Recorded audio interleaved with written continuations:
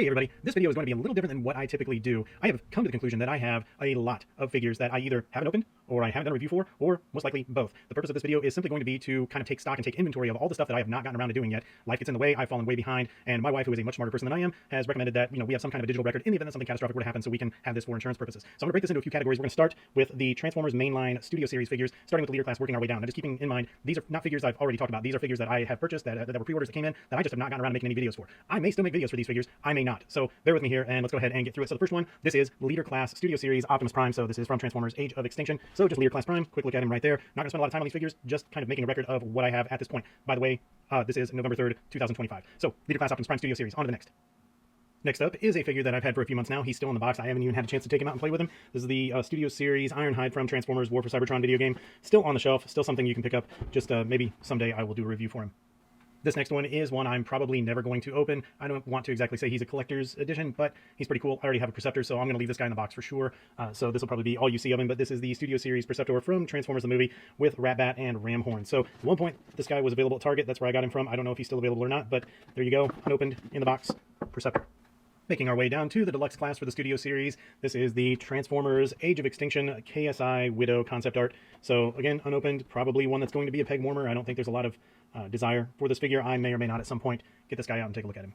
And for our final Studio Series figure, this seems to be everyone's favorite peg warmer right now. You can't throw a rock without hitting one of these guys in a store somewhere. It doesn't matter where you go. This is the Studio Series Dark of the Moon Wheeljack, or Q. And yeah, I'm not going to spend a lot of time here because just go to a store, you'll find him. And just in summation, here is the entirety of the Studio Series figures I have not done a review for yet. So the next category up is going to be the mainline Transformers Age of the Primes figures.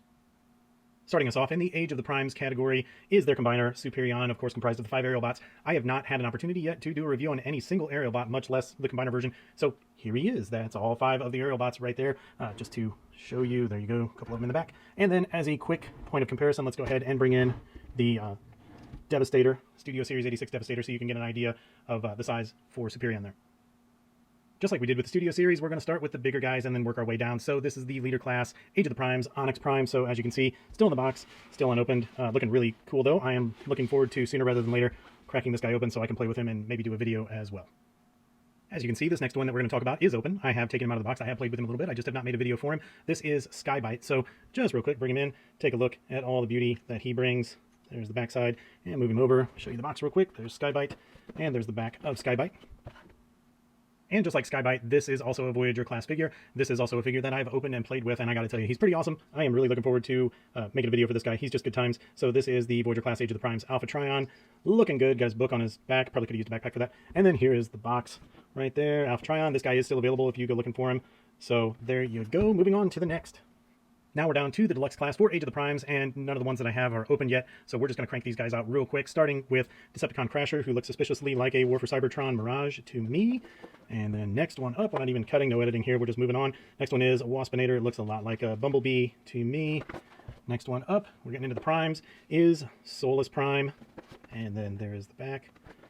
Next one up is going to be Alchemist Prime, looking like he's ready to start something in there. And then there's the back. And then for the last one, this is Micronus Prime right there. Not as tiny as you might think. All right, so that is going to do it for the Age of the Primes category. The next category we're going to touch is just crossovers. It's going to be a real brief category. Starting off our crossover segment, this is the Jurassic Park 30th Anniversary Transformers crossover with Dilophocan, and Autobot JP12. So as you can see, unopened, got it at Ollie's for a discount price. So very happy about that. But there you go, there's the back of the box. And you can see both of the figures there. Next crossover is the Transformers and Naruto Shippuden. And I did do a video for this when I picked it up a few months back, but I'm going to throw it in here again because I'm probably not going to open it. It's just going to be as it is right now. So you can see 2025 Naruto, Transformers, Kurama, and Gamakichi right there. And then I picked it up at GameStop. And then there is the back of it as well. So this crossover I picked up from Walmart.com, an online purchase. It is Star Wars and the Mandalorian and one Starfighter. So you can see there it transforms into sort of-ish Mandalorian. And there's the back of the box. Got your shield, got your all your good stuff there, got some effects. And yeah, unopened as well. For this next one, I will loosely use the terms crossover because it's not really with any other intellectual property other than Target. So it's Optimus Prime dressed up as a Target semi. And you can see They have the target dog in there looking like it's the mold from Ravage from War for Cybertron, but there's a closer look of the target dog. And then back here, you can see looking suspiciously like Laser Optimus with a few different accessories and coming over there. So I may get around to opening this guy. I'd really like to find another one of these just on a clearance sale and then open those up, but there you go. This is even less of a crossover, I guess, if you want to consider it crossing over with the G1 Optimus Prime. This is one I promise you I'm not going to open. This is the C01 articulated re-engineered G1 Optimus Prime. I'm sure you've seen those around. I would like to open him, but I'm not going to. I love that this is very much like the original packaging, up to and including the styrofoam in there. And then there's the top, and you can see he's looking all G1 Optimus-y. And then all kinds of stuff I can't read back there. All kinds of stuff I can't read back here. Got that original logo right there, or that original artwork. So, yeah, I'm going to call that a crossover, but there you go. Last but certainly not least, this is the Transformers Lunar Cruiser Prime, so I guess a crossover with Japan's space agency and Toyota as well. So first thing we'll do, I do have him out of the box. First thing we'll do is we'll just bring him in and get a good look at him. So you can see there is that Toyota logo, if you would focus, thank you. There's that Toyota logo, and a lot of parts borrowed from War for Cybertron, Optimus Prime figure here. But yeah, looking pretty good. Really like the white, like what they've done here. So the engineering's pretty cool.